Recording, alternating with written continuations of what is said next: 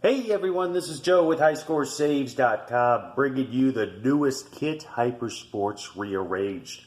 This video is actually going to go through all the menu settings that we have for this kit.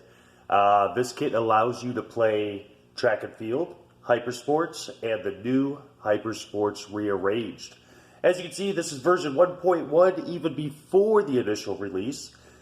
There was an issue that our world champion, Mr. Fly, found in the pole position with the Gopher/Moles. So, long story short, that was a very simple fix. He has thoroughly tested this kit, as well as I have, to the best of my ability. This is going to go through all the main settings. It should be a really quick video if you're used to my other kits. It's very similar. We have the multi-Pac-Man, the Tron Satan's Hollow, those kind of multi-games, and this is a very similar menu. So what I have is I held down player 1 while I turned the game on, and it allowed me to get into this menu. So we're going to go into the cabinet settings. Obviously that's flashing. If you use the right run button, and the makes it go down, the left one makes it go up. And the jump/throw button will get you into that menu. So you can take a look here. The default game can be Hyper Sports, Track and Field, Hyper Sports, and then of course Hyper Sports Rearranged, which is the way that this kit ships. You can choose your cabinet type, the upright or the cocktail. The last event you could have where the game continues or the game ends. So you could actually in theory, go to 5 or 6 rounds of all the games. And for those who play Hyper Sports and Track and Field know exactly what I mean here. I usually keep it on the continue. Attract sounds, you can do 4 out of 4 times. You can turn them off 1 out of 4 times, 2 out of 4. Now, this also has, in the Hyper Sports Rearranged, some added features in the sounds for attract sounds, which you'll hear when you play the kit. Free play, you can enable or disable, so you can take coins or just have it on free play. Coin A and coin B, you can turn that and change it to all the different dip settings. No more opening up the cabinet and having to change dip switches. And that's for both coin mechs. The copyright message, default high score saves, and of course that's something that I love keeping on my machines. But some people like to keep it as Konami, the Konami Limited, Century, and then of course the website. Cool feature here, God Mode. God Mode, if it is enabled, you never die. You just keep going and going and going. Only bad thing is in God Mode, it doesn't save your scores. So it's a good way to practice, but we will also show you how to practice individual levels here in just a bit. So now with that being said, for the cabinet settings, we're going to go back to it. We're going to go to the Save Kit settings. And you can save all the scores, only the top score, only the top 3. Now each game, or none, each game has its own amount of scores that are being saved. Take a look at the product page to see exactly what those are, but everybody knows the top 3 world records are the most awesome thing. Back up and restore scores. This is the awesome part of the kit.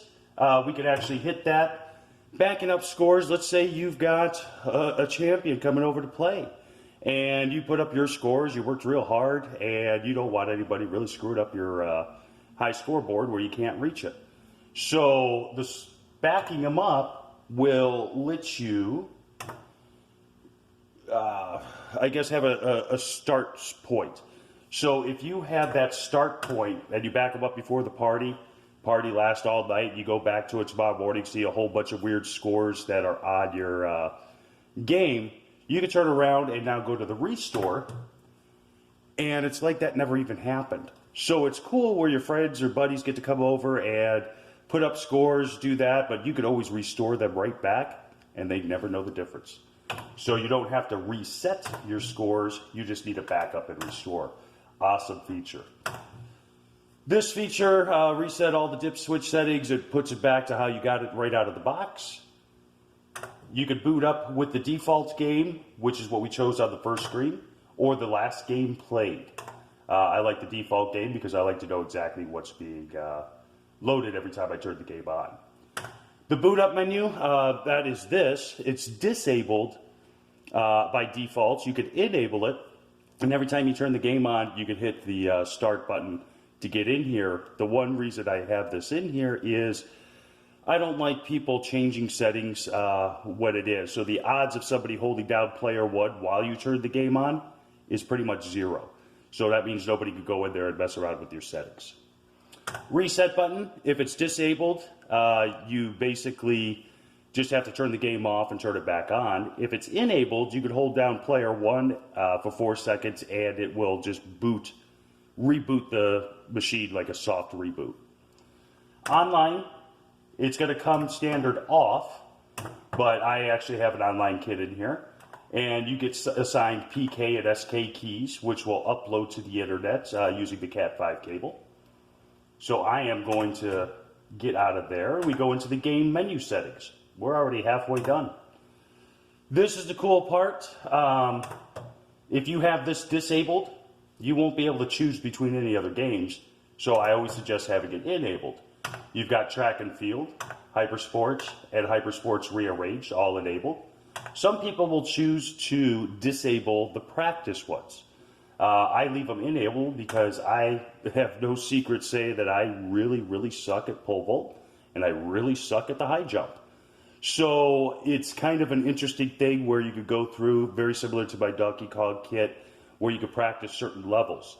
The difference with these practice levels are you will continue to accrue the qualifying time, which means, to give you an example, long jump, it starts at 6 meters.